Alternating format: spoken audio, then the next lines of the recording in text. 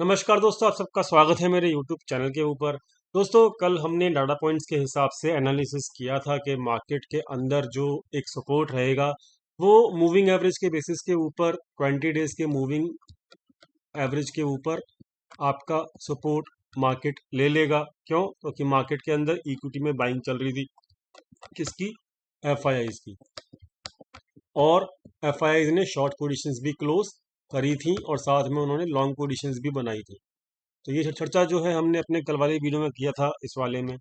तो ओवरऑल ये चीज़ें ये इंडिकेट कर रही थी कि अगर हम लोगों को मार्केट सपोर्ट के आसपास मिलता है तो हम लोग शॉर्ट नहीं करेंगे। ये चीज़ें हम लोगों ने टाटा पॉइंट से सीखी थी, क्योंकि एग्जिट निफ्टी कल डाउन था। तो यहाँ पर मैंने आपको इस वाली वीडियो के अंदर एक चीज़ समझाई थी, बहुत क्लियरली समझाई थी। क्या समझाया था? कि भाई यहाँ पर जो है मार्केट के अंदर ना आपका सेंटीमेंट ही आपको लेके डूबता है। यहाँ पर ये समझना, सेंटीमेंट के बेसिस के ऊपर अगर आप ट्रेड करते हो तो आप एक सेंटिमेंटल ट्रेडर हो, ये आप समझ लीजिए। सेंटिमेंट कैसे मतलब क्रिएट होते हैं इसको मुझे समझाने की ज़रूरत नहीं है। एग्जाम्पल आपने देख ही लिया कल के दिन कि एसजीएक्स निफ्टी जो है वो जनरली मोस्टली लोग जो हैं वो रात को 2 बजे तक भी देखते हैं। ठीक है, 1:30 बजे तक, मतलब जब तक मार्केट क्लोज नहीं होती, 1:30 बजे तक, मतलब वहां पर मार्केट में एसजीएक्स निफ्टी रात को देखते हैं, वो नींद खराब करते हैं। ठीक है, और सेंटीमेंट एसजीएक्स निफ्टी को देखकर बनाते हैं। ठीक है, तो यहाँ पर ऐसी कैटेगरी के लोग बहुत ही ज्यादा हैं। ठीक है, तो मैं पर्सनली एसजीएक्स निफ्टी को वैल्यू नहीं देता हूँ, मैं वैल्यू देता हूँ डाटा को। तो डाटा है जो वो आपको खुद ब खुद बता देगा कि मार्केट के अंदर होना क्या है। तो बेसिकली अभी सिचुएशन क्या है वो भी आपको पता लग जाएगी डाटा पॉइंट को देखने के बाद। तो यहाँ पे सेंटिमेंटल होना इज अ रॉन्ग थिंग, क्योंकि आपको यही नहीं पता होगा कि करंट सिचुएशन मार्केट के अंदर अगर है क्या।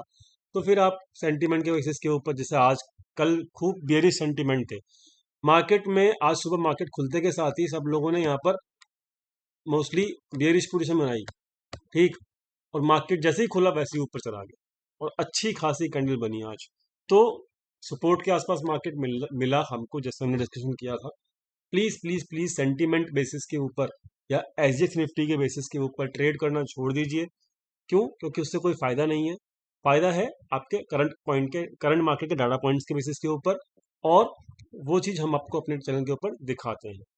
बात कर रहे थे हम लोग इस पैटर्न की, तो ये फ्लैग पैटर्न है दोस्तों। इस फ्लैग पैटर्न के अंदर जो है एक चीज कंपलसरी है, वो क्या है कि यहाँ पर ब्रेकआउट होने से पहले, याद रखना, ब्रेकआउट होने से पहले यहाँ पर मार्केट के अंदर कंसोलिडेशन होता है। ठीक है, तो ये कंसोलिडेशन काफी हुआ और यहाँ पर एक ब्रेकआउट होके फिर रीटेस्ट किया गया मार्केट को इस सपोर्ट के आसपास। फिर मार्केट ने यहाँ पर अपना सपोर्ट भी लिया। अब यहाँ पर एक इंपॉर्टेंट बात क्या है कि मार्केट जब तक इस, क्या कहते हैं इसको, फ्लैग के अंदर, जब तक इस फ्लैग के अंदर रहेगी, ठीक है, जब तक मार्केट कंसोलिडेशन करती रहेगी। क्या करती रहेगी? कंसोलिडेशन करती रहेगी। याद रखना, कंसोलिडेशन कितना भी लंबा हो सकता है। ठीक है, कितना भी लंबा हो सकता है। इसलिए 2021 के अंदर तकरीबन 3 महीने का भी कंसोलिडेशन हुआ है।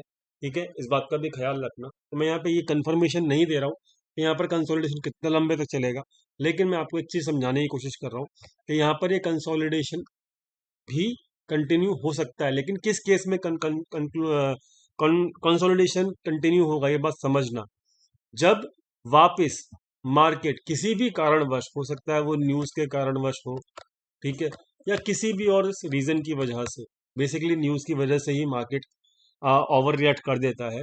तो अगर देखिए कि मैं इसका ध्यान डायरेक्ट डायरेक्ट जो मैं आपको साफ साफ बता देता हूँ कि अभी इंटरेस्ट रेट का यूएस के अंदर क्या है, 21 को अनाउंसमेंट है।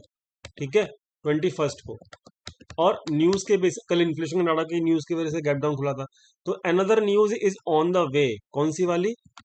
इंटरेस्ट रेट अनाउंसमेंट, फेड का इंटरेस्ट रेट अनाउंसमेंट 21 को है। तो मैं यहाँ पर, मुझे नहीं पता बेसिकली कि इंटरेस्ट रेट बढ़ेगा, और बढ़ेगा तो वो कितना बढ़ेगा, बाजार के एक्सपेक्टेशन के हिसाब से बढ़ेगा या उससे भी ज़्यादा बढ़ जाएगा। ठीक है, और वो किसी को भी नहीं पता। इंटरेस्ट रेट तो बढ़ेगा लेकिन कितना बढ़ेगा वो किसी को नहीं पता। तो यहाँ पर another news is on the way, ठीक है। तो मैं यहाँ पर इसीलिए यहाँ पर ये मैं पूरा का पूरा इस चीज को एक्सपेक्ट कर रहा हूँ कि 1% अगर नेगेटिव न्यूज रहा, मतलब इंटरेस्ट रेट उतना बढ़ा जितना मार्केट ने एक्सपेक्ट नहीं किया, ठीक है, तो यहाँ पर मार्केट दोबारा से इस चैनल के अंदर भी यहाँ पर आ सकता है और फिर कंसोलिडेशन के अंदर जा सकता है। इस बात का ख्याल रखना, ठीक है। और ये कंसोलिडेशन कितना लंबा होगा इस केस में जब वो न्यूज होगा, यहाँ पर कंडीशन है, याद रखना इस चीज को पूरा का पूरा समझ लेना, ठीक है। और मैं आपको इंटरेस्ट रेट का कोरिलेशन अभी बता रहा हूँ, ठीक है। तो यहाँ पर इस कंसोलिडेशन में तभी आएगा जब नेगेटिव न्यूज इंपैक्ट करेगी। न्यूज नेगेटिवली रिएक्ट करेगा मार्केट उसको या पॉजिटिवली रिएक्ट करेगा, मुझे नहीं पता। इंटरेस्ट रेट कैसे आएगा, मुझे यहाँ पर बिल्कुल भी नहीं पता।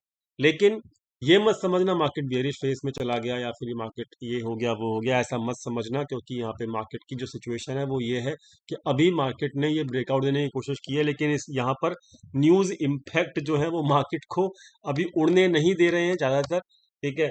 और अब अगर न्यूज फिर दोबारा से यूएस के अंदर, देखिए हो क्या रहा है, एक बात और समझने वाली है कि यूएस मार्केट और इंडियन मार्केट पहले जो है साथ साथ चलती थी, ठीक है।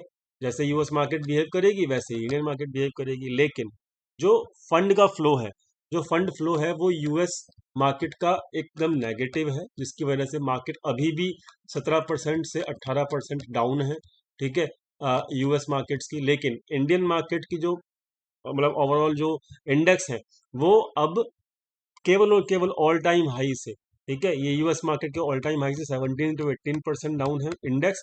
और इंडियन मार्केट के जैसे निफ्टी है तो वो 2 से 3% ही यहाँ पर डाउन है ऑल टाइम हाई से। तो ये क्या है, ये क्या दिखाता है आपको, ये दिखाता है कि यूएस मार्केट के अंदर तो बिकवाली चल रही है इक्विटी सेगमेंट के अंदर, लेकिन इंडियन मार्केट के अंदर बाइंग चल रही है। तो इसलिए कोरिलेशन बिल्कुल ही उल्टा है। इसी वजह से एसजीएक्स निफ्टी को देखना ये मतलब समझदारी नहीं होगी, इस बात को समझ लीजिए, ठीक है।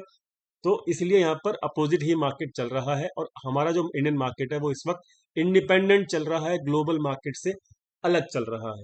बात समझ में आ गई, क्लियर हो गई बात।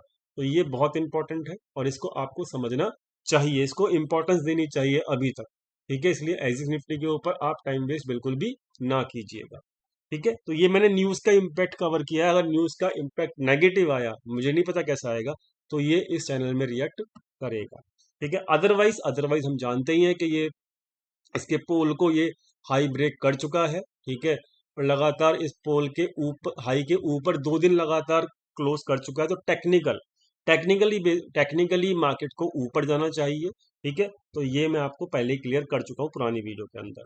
बात करते हैं अगले आगे क्या हो सकता है।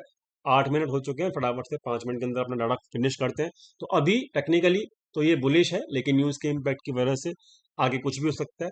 लेकिन कल के लिए हम देख लेते हैं, कल है एक्सपायरी, कल के एक्सपायरी के लिए क्या डाटा बना है वो चेक कर लेते हैं फटाफट से।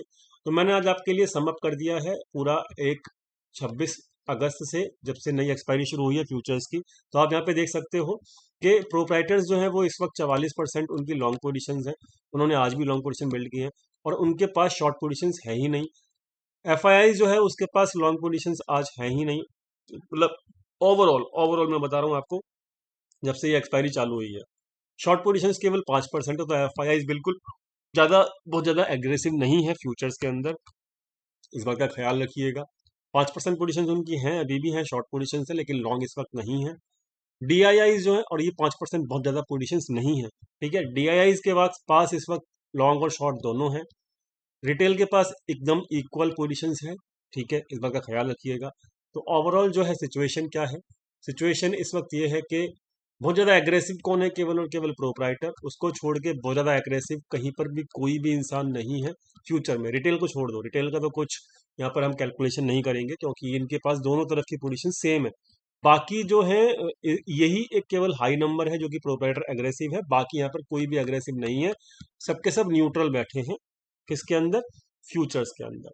बात समझ में आ गई। तो यहाँ पर फ्यूचर्स का डाटा जो है वो ओवरऑल तो यहाँ पर न्यूट्रल है, लेकिन एक बात इंपॉर्टेंट है कि आज के दिन यहाँ पर 19% पोजीशंस ऐड की गई हैं, किसके द्वारा, एफआईआईज के द्वारा।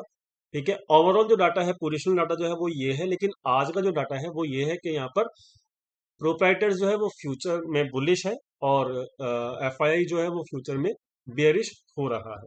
क्लियर हो गई बात? तो ये ओवरऑल डाटा है। बात समझ में आ गया? बात करते हैं यहाँ पर कि ऑप्शंस में क्या हुआ है। तो ऑप्शंस में देखिए यहाँ पे क्या हो रहा है।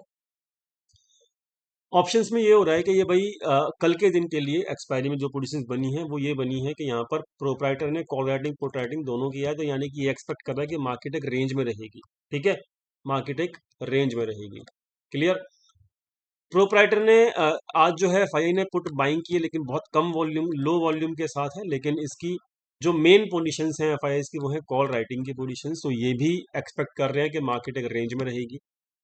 रिटेल ने क्या किया है, ये दबा के बुलिश हो चुका है, अब 18,000 के ऊपर जैसे मार्केट गया था ये बुलिश हो चुका था, तो पुट राइटिंग जो है उसने कर रखी है और कॉल बाइंग भी कर रखी है। तो इसको ये लगता है कि मार्केट कल के दिन बहुत बुलिश होने वाली है। तो बड़े प्लेयर को क्या लगता है कि मार्केट रेंज बाउंड रहने वाली है, और छोटा प्लेयर को उसको लगता है कि मार्केट अब बहुत तेजी से बुलिश होने वाली है। तो अब आप समझ लीजिए कि मार्केट कैसा रहेगा। मार्केट रहेगा बड़े प्लेयर के हिसाब से। ठीक है, तो ये तो हो गई क्या कहते हैं, टोटल डाटा पॉइंट्स की एनालिसिस। अब हम फाइनली देख लेते हैं अपना मार्केट का ऑप्शन चेन। ठीक है, तो ऑप्शन चेन देख लो फटाफट से। 15 सितंबर की ऑप्शन चेन है। 15 सितंबर की ऑप्शन चेन के अंदर आप देखिए कॉल राइटिंग किसने की है वो आप समझ लीजिए। कॉल राइटिंग की है दोस्तों यहाँ पर 18,100 के ऊपर। ठीक है, और 18,200 के ऊपर भी की है। ठीक है, और साथ में 18,000 के ऊपर भी कॉल राइटिंग की गई है। क्लियर हो गई बात? तो यहाँ पर जो मेन रेसिस्टेंस मिलेगा वो 18,100 के आसपास मिलेगा और 18,000 के ऊपर भी मिलेगा। तो मेन रेजिस्टेंस रेंज क्या हो गई? 18,000 से लेके 18,100 कल के लिए। ठीक है, तो यहाँ पर एफआईआई एक्टिव है, तो इसके ऊपर मार्केट नहीं जाने देगा वो। क्लियर हो गई बात? ठीक है, इस रेंज के ऊपर मार्केट कल नहीं जाने देगा, एक्सपेक्टेशन यही है। सपोर्ट में पुट राइटिंग कर रखी है, कहाँ पे कर रखी है? वो यहाँ पे कर रखी है 17,800 के ऊपर। तो रोज जो रेंज रहेगी ना वो 17,800 के आसपास एक सपोर्ट रहेगा कल के दिन मार्केट के अंदर, और 18,000 से लेकर 18,100 के आसपास रेसिस्टेंस रहेगा। मार्केट इस रेंज में कल रह सकती है ऑप्शंस के हिसाब से एक्सपायरी के अंदर। बात क्लियर हो गई? तो इस हिसाब से आप थोड़ा प्लान कीजिएगा, बहुत ज़्यादा एग्रेसिव ट्रेडिंग मत कीजिएगा रेंज बाउंड के अंदर, क्योंकि प्रीमियम डी के होने के चांसेस बहुत ज़्यादा होते हैं अगर आप सेम एक्सपायरी में ट्रेड कर रहे हो तो दोस्तों यहाँ पर 12 मिनट का एनालिसिस हो गया है, और मैंने आपको समझा भी दिया है कोरिलेशन जो है वो क्या है क्या नहीं। ठीक है, अब बात करते हैं फटाफट से हम लोग बैंक निफ्टी की। तो वही बैंक निफ्टी हम ले लेते हैं फटाफट से। ठीक है, तो बैंक निफ्टी ने छप्पड़ फाड़ के यहाँ पर आज मतलब ऐसा किया है कि मतलब ये कभी इसको मौका ही नहीं मिलेगा भागने का, मुझे ऐसा लगता है। तो मतलब उम्मीद से दुगना मूवमेंट, और आज निफ्टी के अंदर भी पूरा रिकवरी हो गया और इसके ऊपर भी पूरा रिकवरी हो गया।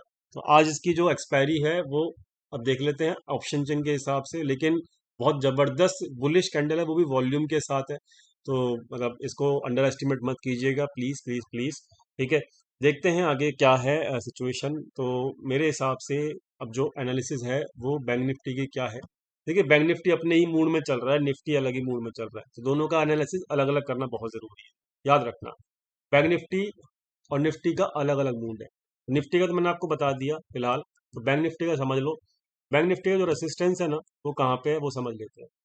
तो भाई बैंक निफ्टी का जो रेसिस्टेंस है वो फिलहाल जो है वो 41,800 के आसपास है।